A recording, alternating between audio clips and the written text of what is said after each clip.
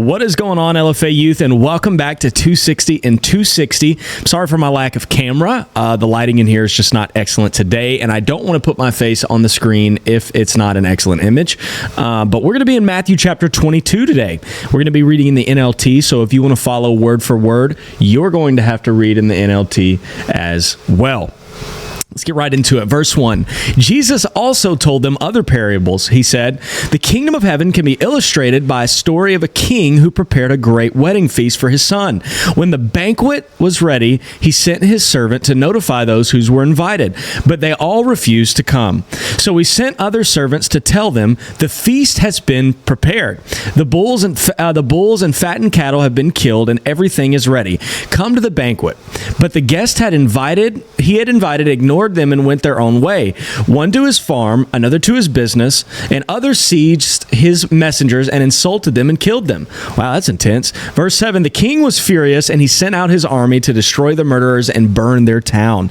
And he said to his servants, 'The wedding feast is ready, and the guests I invited aren't worthy of the honor. Now go out to the street corners and invite everyone you see.'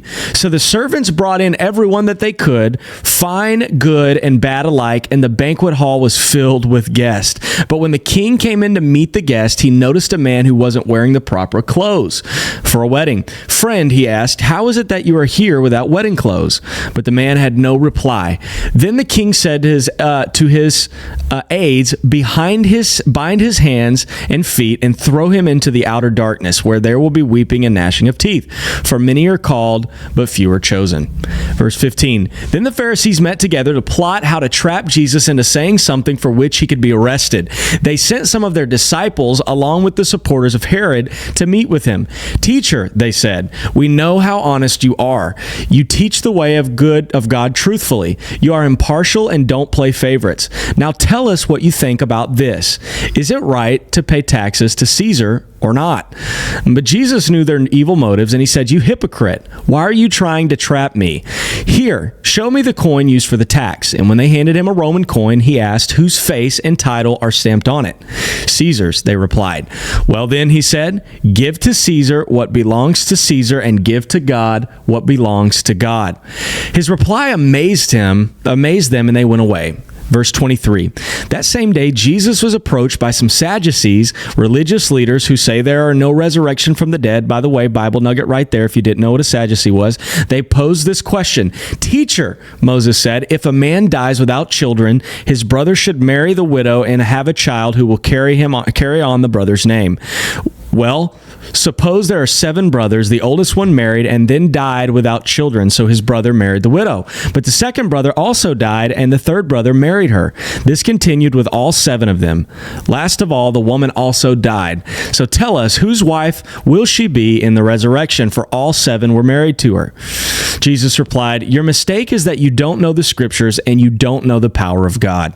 For when the dead rise, they will neither marry nor be given in marriage. In this respect, they will be like the angels in heaven. For now, as to whether there will be a resurrection of the dead, haven't you ever read about this in your scriptures? Long after Abraham, Isaac, and Jacob had died, God said, 'I am the God of Abraham, the God of Isaac, and the God of Jacob.' So he is the God of the living, not the dead." When the crowds heard him, they were astounded at his teaching. But when the Pharisees heard that he had silenced the Sadducees with his reply, they met together to question him again. One of them, an expert in religious law, tried to trap him with this question: "Teacher, which is the most important commandment of the law of Moses, in the law of Moses?" Jesus replied, "You must love the Lord your God with all of your heart, with all of your soul, and with all of your mind. This is the first and greatest commandment. And second is equally important: love your neighbors as you love yourself. The entire law and all the demands of the prophets are based on these 2 commandments." Then, surrounded by the Pharisees, Jesus asked them a question. "What do you think about the Messiah? Whose son is he?" They replied, "He is the son of David." Jesus responded, "Then why does David, speaking under the inspiration of the Spirit, call the Messiah my Lord? For David said, 'The Lord said to my Lord, sit in the place of honor at my right hand until I humble your enemies beneath your feet.' Since David called the Messiah my Lord, how can the Messiah be his son?"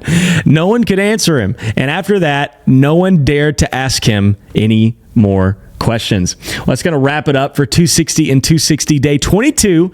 Matthew 22, I'm proud of you. Keep moving forward. Keep pushing forward. Day 260 is going to be here before you know it. I love you guys so much, and I'll see you guys tomorrow for day 23. We'll be in Matthew 23 of 260 and 260. See you guys.